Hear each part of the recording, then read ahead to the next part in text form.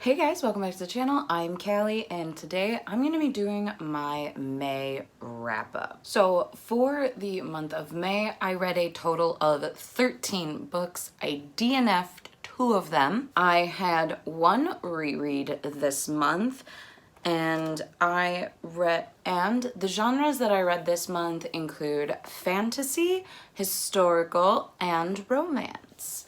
So, without further ado, I started the month off with a debut, and that is Cast in Firelight by Dana Swift. This follows 2 characters, 2 magicians from neighboring kingdoms. When they were young, they were pledged to be wed when they both passed their magical trials. The boy, the prince, ends up going to a school, which typically only boys go to, while the girl stayed in her hometown, in her home kingdom, trying to almost experiment with her magic to help her people. So as the time comes closer to the actual marriage, the characters start to hate the idea and they accidentally meet, and because they hadn't seen each other since they were about 6, they don't recognize each other, and they have this competition of who's the better magician, and our plot kind of goes on from there. So there's a couple of different tropes. We have our forced marriage trope, we have the secret identity trope, and almost, I don't want to call it enemies to lovers, I would call this more rivals. Because they weren't necessarily enemies. They, throughout the book, you get to read some of the letters that they wrote to each other throughout their childhood and young adulthood. And it just seems that they're more trying to constantly one-up each other. So they're not enemies, but they do have that rival energy. And it is very well done. For a debut, I really enjoyed this book. I gave it a total of 4 stars. I think my favorite part of this, or element of this story, was the magic system. It's not overly complex, but it is very unique to how it can be manipulated and utilized. I really enjoyed our MCs. They had fantastic chemistry. They were just a joy to follow around. And I overall really liked this. It's a very strong debut, and I will most definitely be picking up the sequel next year. The next book that I picked up was This Golden Flame by Emily Victoria. This book almost takes an ancient Rome or ancient Greek-esque ambiance in a futuristic setting. So we're following our main character who finds this robot, and basically in this world there was this big war and this big evil guy who shut off all the robots, or I think they're called automatons in this one. Yeah, they're called automatons in this one. So she finds one, and when she touches it, it wakes up, and this automaton is trying to figure out why it went to sleep, what happened. Overall, I gave this 3 stars. It was all right. I believe this is also a debut. This is also the Fairy Loot edition. I think the story itself had an interesting concept. I liked the melding of the historical and the futuristic. I think that was done really well, so our world building was really strong. However, for me, the characters fell really flat.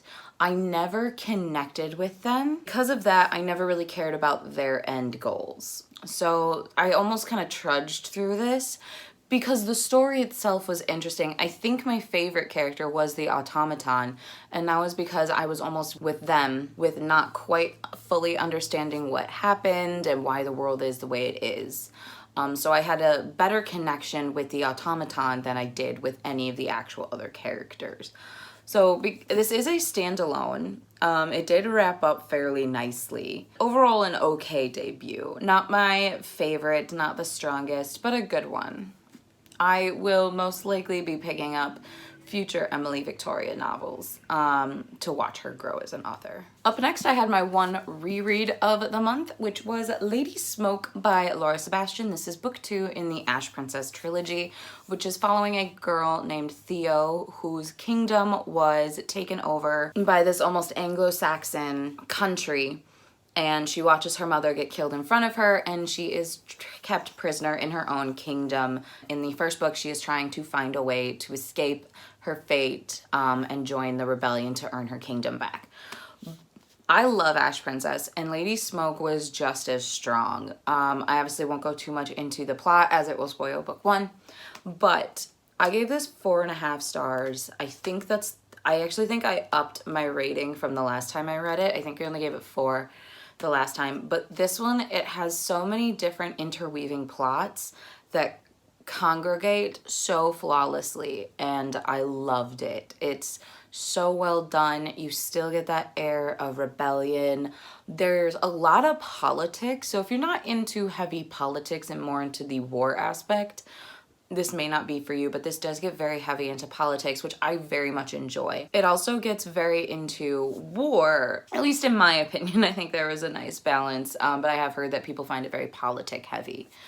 Overall, this is a great series. No second book syndrome in this at all. Very continuing strong. And of course, after I reread Lady Smoke, the whole reason I reread books 1 and 2, I wanted to pick up Ember Queen, also by Sebastian, which is the final book in the Ash Princess trilogy. This finale, now I am a big sucker for finales. Typically within a series, my favorite book is the final book. I don't know what it is about finales, but I love them. And this was no exception. This wrapped up every loose end. She was true to each character and how they felt. There was so many complex emotions going on within Theo, within Soren. Overall, I ended up giving this a 4.5 star, which I think I ended up giving 4.5 stars to almost every single book. I may have given 5 stars to the first book. For a finale, it is still jam-packed with action. There are no dull moments within this. We're either doing something politically advantageous or it's an actual fight. And it's great. It's woven perfectly. It wrapped up nicely. It wrapped up every single loose end. Because that is one thing that I end up finding when I reread books is when I get to the final book, I'm like, well, what about this thing? Because I notice more when I reread them. I notice the smaller details, the other little plots, interweaving underneath the story. But this one tied up every single loose end so flawlessly. My only gripe with this is that everything almost happened too perfectly, which is fine because I love these characters and I was okay with how things ended up. But it was overall very strong series. For the series overall, I'm going to give it a 4.5. Definitely one of my favorite series. Definitely something I will reread in the future just because it's so strong, it's so powerful, and it's dark. Very dark, very violent, and I love those kinds of books. Next book that I ended up picking up was Now I Rise by Kiersten White. This is book 2 in the And I Darken trilogy, which is a trilogy following a female Vlad the Impaler throughout their life. So we're following Lada, her brother Radu, and we're also following the King of the Ottoman Empire, or the Emperor, King, is it Emperor or King of the Ottoman Empire? The ruler of the Ottoman Empire. How many times can I screw up that word? So we're following these 3. What I didn't care for in this book, I ended up giving it 3.5 stars. In book 1, all 3 characters are together. And then this one, we have Lada off on her own, doing her own kind of plot. But Radu and Mehmed are kind of doing their own thing, which is fine, but I really wish that their stories combined at some point. Because I really like the interactions between all 3 characters. And I feel like we missed out on that in this book. I don't know anything about this time in history with Vlad the Impaler, the Ottoman Empire. Not a thing I'm very familiar with. This makes me so interested in it. I end up like reading up a little bit afterwards on Constantinople and all of these wars that happened. I will say my favorite character did shift from Lada to Radu in this book. I think that Radu became so much more complex in this book, and he became less of a whiny brat, and he came into his own, and I loved watching that unfold in this book. The next book that I picked up is Vow of Thieves by Mary E. Pearson. This is the second book and final book in the Dance of Thieves duology, where we are following 6 years after the events of the Kiss of Deception trilogy, which I loved that trilogy, and I loved Dance of Thieves. This world, I just want so much more of it. We're following Cassie and Jace as they're the epitome of enemies to lovers, and they get handcuffed to each other after they're kidnapped. And Kazi learns more about Jace and his community and their place within their world. And Jace learns about really the outside world because their community is very resistant to outsiders, so they don't know much. And I love watching their relationship evolve. This book was no different. Similar to Now I Rise, our main characters are actually separate for a good 3/4 of the book. However, I was okay with it because of the things that were happening. And I am so in love with this world and these characters, and I just want more of them. I think I ended up reading the last 200 pages of this book so quickly because of a reveal where I physically gasped and did not believe what was happening. It was just so well done. A perfect ending to the duology, and I hope and pray that Mary E. Pearson comes out with more of these books because I love them so much. In this world, the Remnant Chronicles are just phenomenal. I highly, highly recommend it. However, if you do want to get into the duology, I very much recommend reading the trilogy first. It's fantastic. And it sets you up with the rest of the world and how the politics work within the world. You don't have to, but these books will spoil the trilogy for you. So the next book that I have is my first DNF of the month, and that is Lair of Dreams by Libba Bray. This is the second book in the Diviners Quartet, and I found the first book to be okay. It was a bit cumbersome, and there was way too much fluff and not enough of the supernatural mystery for me. I got about 50 pages into this, realized it was going to be the exact same thing, and did not care. So I made the executive decision to give up on this series. It's just not my speed, and I'm not huge into mysteries. I am slowly learning. I'm more of a thriller and horror type of person. So unfortunately, I will not be continuing this series. It's just not my cup of tea. After that, I picked up Court of Lions by Somaiya Daud. This is the second book in the Mirage. I don't want to call it a duology because on Goodreads it says there's going to be more. But I was under the assumption this was a duology. I could be totally off on this one. I gave this book 4 stars. I love this world. Mirage was so fantastic. This takes, similar to this Golden Flame, it takes futuristic mixed with almost like ancient Arabia. It does it so seamlessly. I loved the way that the future elements were weaved into this story. Obviously, I'm not going to go too much into the plot because this is the second book. I read a lot of second and third books this month. My big gripe with this is I wanted more. This is less than 300 pages, and I loved our characters. They were so complex and dynamic that I wanted things to be stretched out a little bit more. I will say one of my favorite things that changed from book 1 to book 2 is we get Merrim's point of view. And I loved Merrim in book 1, even not getting her point of view. So getting her perspective in this changed the narrative of the story a lot. And it did it in a way that was just so perfect and still followed each character seamlessly. I do still love Amani, but Merrim is one of those characters where you hate to love her. And this duology, don't sleep on it. It's so well done. It's super fun. It's super quick. They're very short books, and they're just so well done. The world is amazing and just fantastic. Up next, I picked up Blood Heir by Amelie Wen Zhao. I have been staring at this book for ages, and I'm so glad I picked this up. I gave this 4.5 stars. This book is so good. So we're following our main character, Anastasia, who is, the best way I can describe it is a blood bender. But she can manipulate people's blood inside and outside of their bodies.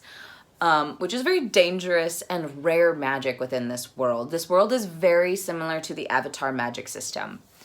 And she is accused of killing her father. And we pick up this story a year after that accusation where she's in hiding. She knows who actually killed her father and she is hunting for them. She ends up running and breaking this guy out of prison. And he then feels indebted to her. Well, also at the same time, he plans on using her as an ends to his own means.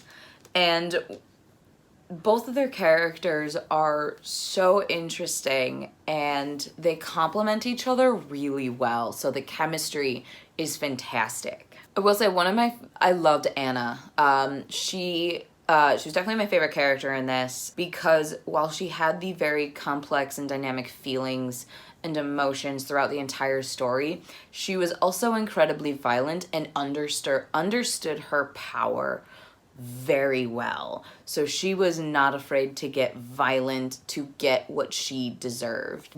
And what I find interesting is it's not just to get the throne. Her brother is on the throne. She just wants to clear her name and go home. And that's really different from most stories like this, these revenge to get back to the throne. Anna just wants to be with her brother again and not be in hiding and afraid. And I loved it. I am so excited to pick up book 2. I'm a little sad that book 3 is not out yet, but I love this series so far. A very strong beginning. The next book that I picked up was Heartless by Marissa Meyer. I'm finally caught up on Marissa Meyer books, guys. I did it. I ended up giving this 4 stars. So this is a origin story of the Red Queen. And boy, was it an origin story of the Red Queen. This was so good. I loved the world. This mixed the original Disney adaptation of Alice in Wonderland, the book of Alice in Wonderland, and even the Tim Burton's Alice in Wonderland, and smooshed it into a book, and this is what we got. And it was so well done. Nothing felt forced. I loved what was happening. The twists and turns I didn't see coming, and things happened so fast. And with this book, you actually understand why, in each iteration of Alice in Wonderland, why the Red Queen is the way she is. And it's so good. I just highly recommend this. This is a standalone, not a series at all. But if you love Alice in Wonderland, I very much recommend reading this. Up next, I picked up The Edge of Everything by Jeff Giles. This book follows a girl who finds a bounty hunter and begs him to spare the life of the man he has to kill. And basically this bounty hunter is a bounty hunter of hell. And he immediately falls for this girl, and he strikes a deal with his employers to get one more soul, and then he's free. It is a very confusing world and understanding of how this works. I gave this 2.5 stars. I wasn't the biggest fan of it. The writing was really off for me. I know this is an older book, but the plot felt very forced, and we were just thrown towards the plot. I did like the idea of like the different lower realms and how those actually work. It seemed like it was very bureaucratic, which fits. But overall, I wasn't a big fan, and I will not be continuing this duology. Up next, I ended up picking up a Game of Fate by Scarlett St. Clair. This is this follows Hades' perspective of A Touch of Darkness. I was a little nervous going into this one because I'd already read A Touch of Darkness, and I was just afraid this was just gonna be yes, a different perspective, but the same plot. It was not. We definitely got a lot more context on Hades when he disappears throughout A Touch of Darkness and when Persephone's being a brat. But we get to see Hades actually fall for Persephone in this one. And as much as I loved seeing Persephone fall for Hades, seeing it on the other side was also just as cute and just as fun to follow. I think I like Hades' perspective more. He's not a whiny teenage brat, but he's not. But it's just, he's so much more interesting, and there seems to be this underlying plot that's going on in his perspective that we haven't even touched in the Persephone perspectives. So I'm interested to see if they're gonna end up crashing into each other. I do believe the next book, I haven't read A Touch of Malice yet, but I believe after A Touch of Malice drops, the next one is another Hades perspective. I think it's The Game of Retribution. I think that's what it is. And I'm so ready. We also get Zeus in this one and Poseidon, and you get those bigger gods that Persephone just has no access to. And it's so great. I love it just so much. Highly recommend this series. The next book that I picked up is A Crown of Gilded Bones by Jennifer L. Armentrout. This is the third book in the From Blood and Ash series, and I'm officially caught up and officially confused. I will say, I gave this book 4 stars. I'm very much enjoying where the plot is going, now that I understand the plot. This book finally gave me a lot of answers I was looking for. I have a very firm grasp on the world, the creatures, the politics, and all of that, and the history. I finally got enough of that in this book where I feel like I understand. I do feel like Poppy finally kind of comes into her own in this book, and I loved her and Cass in this one. There was no more of the pining and all of that. They just were happy for the most part-ish. There were things that happened. I am very scared for book 4. I know the next book we're getting it's in this world, but it's, I believe, a prequel series, which comes out later this year, and I don't think book 4 comes out until early next year, I want to say. So yeah, overall, I'm very much enjoying this. This is just strictly for enjoyment, 110%. The writing's okay, it's not great. The world is very confusing. Not anymore though, I finally understand it.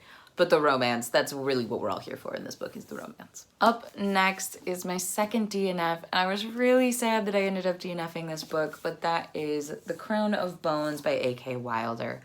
I was really excited and really wanted to like this book. We're following the scribe of a wizard whose basically this job is to follow this wizard throughout his life and be his scribe. However, we have no real good understanding of the world. The plot and pacing were all over the place. I still could not tell you what the plot was. The magic system was equally as confusing as the plot.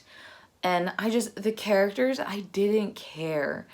I couldn't give 2 flying fucks about these characters, which was really sad because I tried so hard to get into this book and I just couldn't.